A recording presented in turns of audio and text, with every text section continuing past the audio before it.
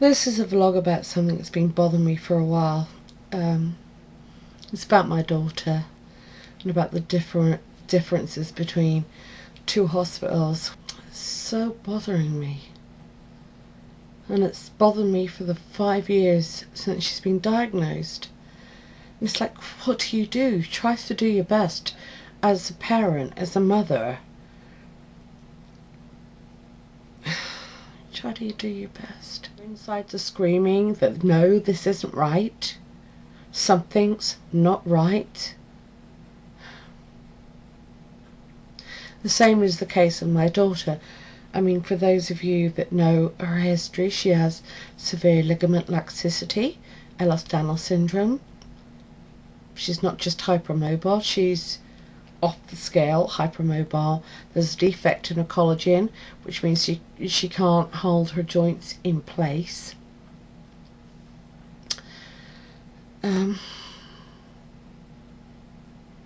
We'd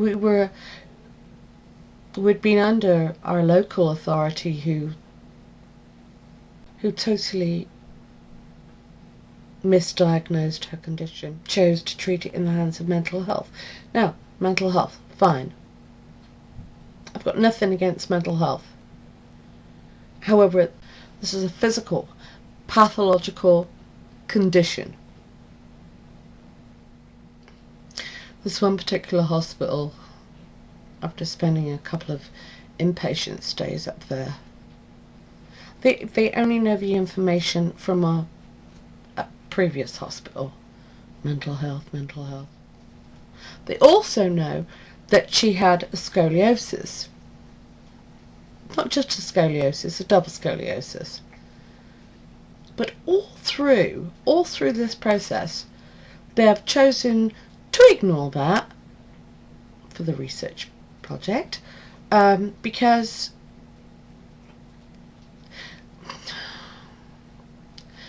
why, I don't know. So it doesn't matter if a child has rheumatoid arthritis or chronic regional pain syndrome, which is an awful condition to have, or Ehlers-Danlos, or benign hypermobility syndrome, or any kind of rheumatology problem. This is the research program. Every kid does the same physio with giant weights. It's not individually set. It's just suck it up, bite the bullet, get on with it.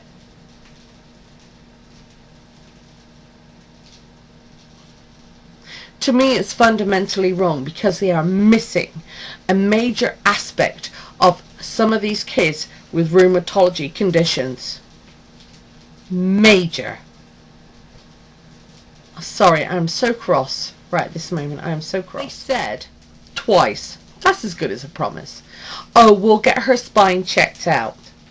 Twice they've said this. Never happened. In a year. Never happened.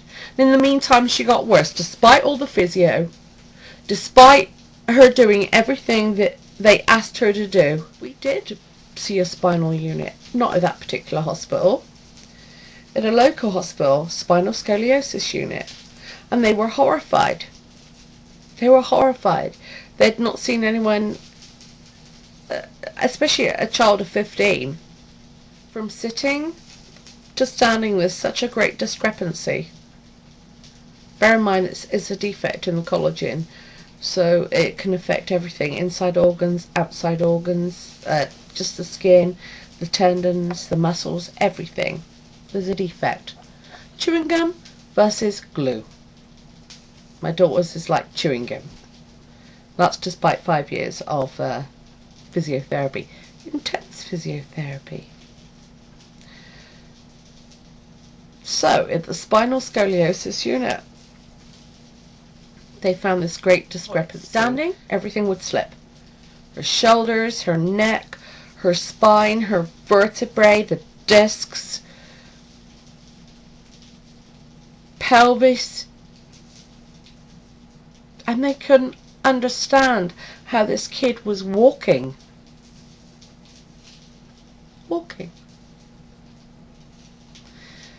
They don't know what to do, obviously. But they have suggested maybe a pelvis strap to keep her pelvis in line.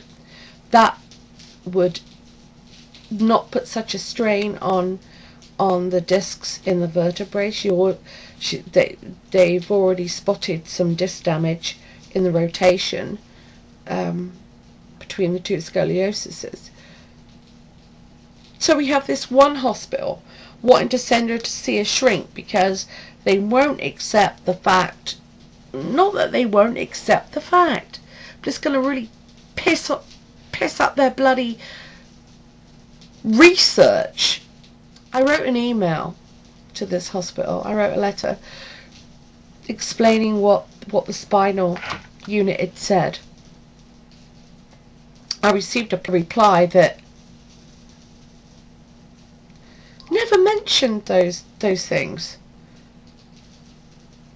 All it said was that, oh, well, in defense of my team, of course the psychology, sometimes when the body gets better, the psychology often doesn't catch up.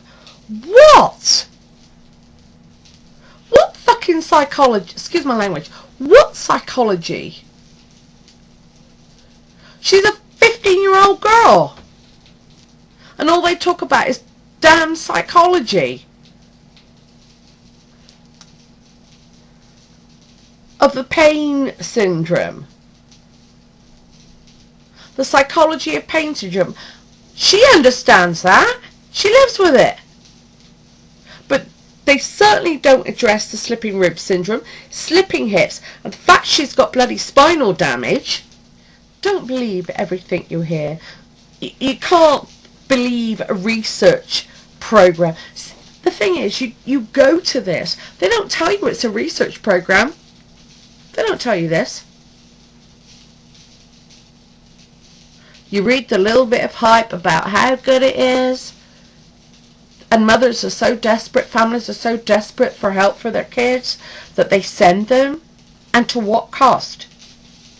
There is not many from this research physio that have been not cured, but where the pain hasn't decreased and they've become stronger. It causes other problems. And whilst this particular program and those in charge choose willingly to ignore certain aspects to a child's condition because it's not beneficial to their program. If I thought for one moment she needed psychiatric help, I'd be the first one to knock at the door and say, help her. But she doesn't. She doesn't. All she ever wanted was someone to understand what the hell she's going through and for her to be referred to the right department. And now we know. And now we know. So we've got what, a rheumatologist saying, ooh, she needs to see a psychiatrist, versus a spinal scoliosis unit that knows exactly what the hell's going on.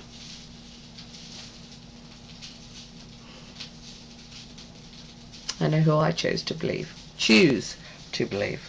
I'm going to shut up. Bye. Ran over.